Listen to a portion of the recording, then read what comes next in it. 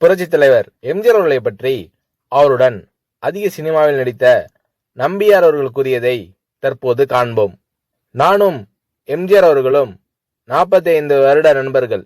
நீ ராஜா குடும்பத்தில் பிறக்க வேண்டியவன் என்று நான் பலமுறை அவரை பார்த்து சொன்னதுண்டு. அதன்படியே ராஜ பதவி அவருக்கு கிடைத்தது.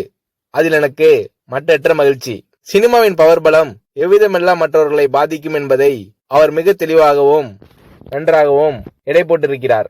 சினிமாவின் சக்தியை அவர் அறிந்தது போல் வேறு யாரும் அறிந்திருக்க மாட்டார்கள் என்று உறுதியாக கூறலாம். உதாரணத்துக்கு கூறுகிறேன். ஐயப்பன் என்னை ஆட்கொண்டார்.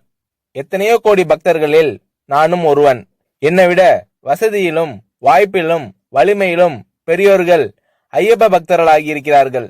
ஆனால் என்னை போல் மற்றவர்களை யாரும் அறியார்.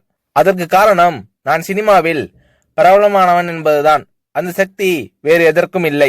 முன்பு ஒரு முறை உடுப்பி அருகே உள்ள ஆகும்பேகாட் வழியாக வந்து கொண்டிருந்தேன். நாங்கள் வந்த காரை போலீசார் நிறுத்தி ஒரு ஓரமாக நிற்க சொல்லிவிட்டார்கள். நான் எவ்வளவோ என் அவசரத்தை எடுத்து சொல்லியும் அவர்கள் ஒன்றும் கேட்கவில்லை. அப்பொழுது உதவி ஜனாதிபதியான திரு ஜாட்டி அவர்கள் அவ்வழியே வரப்போகிறார். அதன் காரணமாக தான் எங்களை நிறுத்திவிட்டனர். அப்பொழுது இன்ஸ்பெக்டர் ஒருவர் என்னை கவனித்து விட்டார். அவர் நடிகர் ராஜ்குமாரின் குரு, அவரை போக விட்டுவிடு என்று சொல்லி எங்களை அனுப்பிவிட்டார்கள். காரணம் சினிமா. ராஜ்குமார் கன்னட சினிமாவில் எம்ஜிஆர் போன்றவர். சினிமாவில் பிரபலமான ராஜ்குமாரின் குரு என்பதால் என்னை விட்டுவிட்டார்கள். அப்படியானால் சினிமாவின் சக்தி எத்தகையது என்பதை எண்ணி பாருங்கள். அதன் சக்தியை எம்ஜிஆர் அவர்கள் தவிர ஒருவரும் நன்றாக பயன்படுத்திக் கொள்ளவில்லை.